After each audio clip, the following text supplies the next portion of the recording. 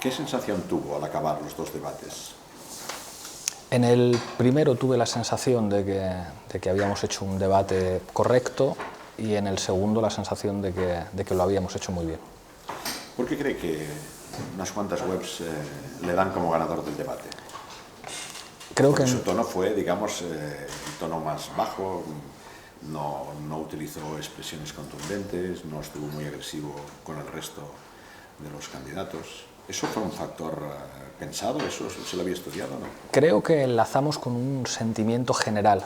Creo que la gente no aguanta más sobreactuaciones, insultos y palabras gruesas, y que la gente quería escuchar propuestas y además quería escucharlas en un tono reflexivo y quería además, digamos, como ver cierta competencia a la hora de hacer las propuestas, y creo modestamente que eso lo conseguimos. ¿Cómo se preparó los debates? ¿Había un ejército de asesores, como Hay se vio al final de cada uno de los debates, que aparecía un montón de gente Hay que le iban haciendo siempre el coaching? un equipo, digamos, que trabaja fundamentalmente la documentación. Yo soy mucho de pedir documentos a mi equipo, documentos de programas, documentos de datos.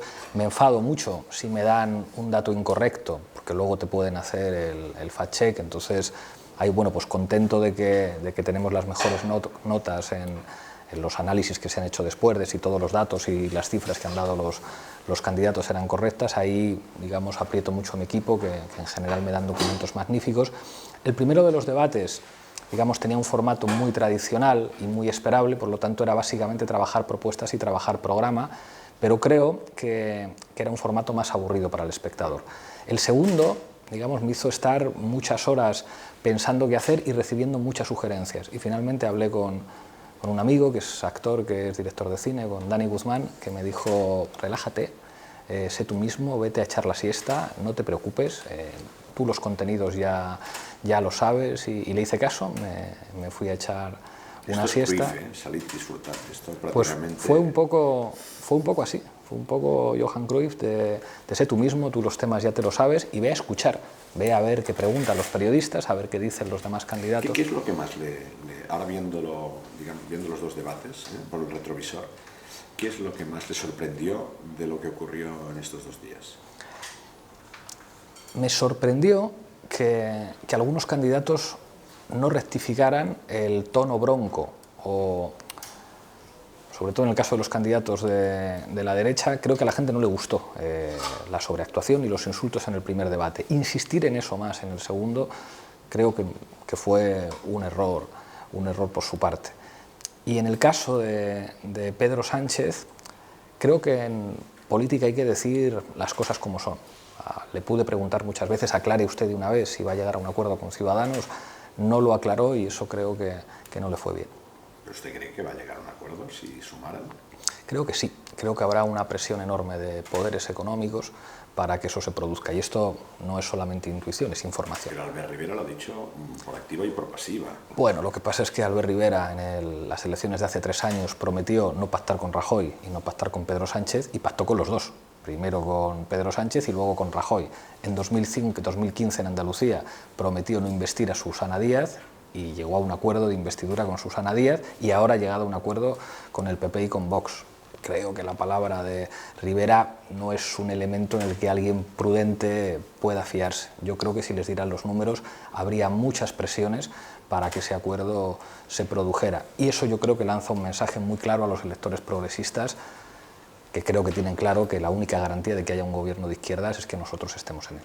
Pero no me puedo creer que usted y Pedro Sánchez no se estén llamando y no estén hablando de cómo van a configurar este próximo gobierno, si realmente suman, ¿no? A mí eso me parecería lo razonable, y yo le he transmitido... ¿Qué me está diciendo? ¿Que no ha llamado en los últimos días? No hemos hablado desde hace mucho tiempo. Antes, cuando hablábamos, yo le he transmitido muchas veces que nosotros estamos en política para gobernar, y que en España la época de los partidos únicos, de los gobiernos de un único partido, terminó. Y no porque lo digamos nosotros, sino porque la gente vota diferente y porque hay al menos 5 formaciones políticas de ámbito estatal que van a tener un resultado muy importante, sostenido por varios millones de votantes, y luego en los subsistemas de partidos catalán y vasco, y no solo, va a haber otras fuerzas políticas con representación. Los gobiernos de partido único se acabaron.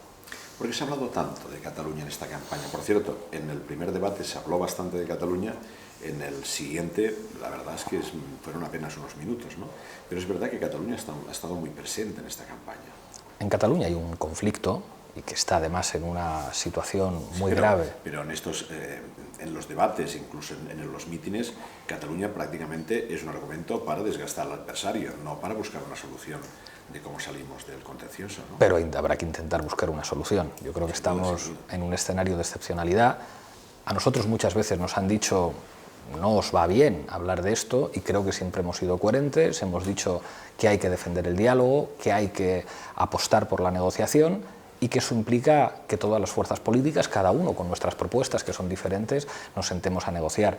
Yo creo que es una pésima imagen de la democracia española que algunos de los jefes de los principales partidos de Cataluña estén en prisión o en el exilio, y lo dice alguien que no está de acuerdo con ellos.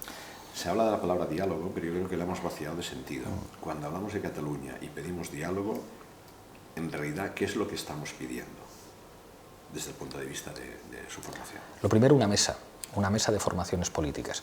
Yo creo que además de una mesa de partidos catalanes tendría que haber una mesa estatal que concrete el diálogo en un espacio en el que no haya exclusiones ni de actores ni de propuestas. Si ahí tiene que existir una figura que vaya, digamos, dando cuenta de lo que se habla ahí, que esa figura exista. Yo creo que la mesa es un punto de partida imprescindible para que podamos avanzar hacia una gestión democrática, y luego reconocer que España es plurinacional y que por lo tanto requiere de instrumentos de encaje institucional y de encaje constitucional que permitan dar expresión a una realidad plurinacional que en realidad ya aparece en la propia Constitución del 78 cuando habla de regiones y de nacionalidades. Yo creo que además hay muchos ciudadanos muy ofendidos con que solamente se identifique el problema territorial con Cataluña.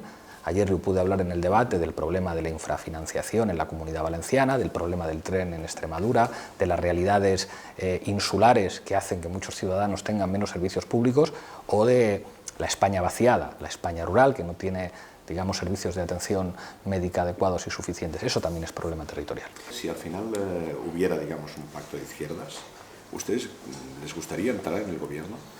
Para nosotros es crucial. Nosotros somos una fuerza política que aspira a gobernar. Dígame un ministerio que les gustaría tener. Eso después de negociar el programa. Primero negociamos un programa de gobierno y después vamos viendo las demás cosas. Si se pudiera sumar, digamos, o fuera necesario sumar con los independentistas, ¿lo encontrarían un problema? Yo preferiría que el Partido Socialista y nosotros tuviéramos mayoría y ser además la fuerza mayoritaria en ese gobierno. Pero incluso en ese caso creo que hay que tender la mano y buscar un espacio de diálogo con otras fuerzas políticas. Acabamos. ¿Qué cree que va a pasar el domingo a las 10 de la noche? Que vamos a dar la sorpresa. ¿Qué quiere decir dar la sorpresa? Que vamos a tener un resultado que nadie se espera en positivo. Que haya suerte. Gracias.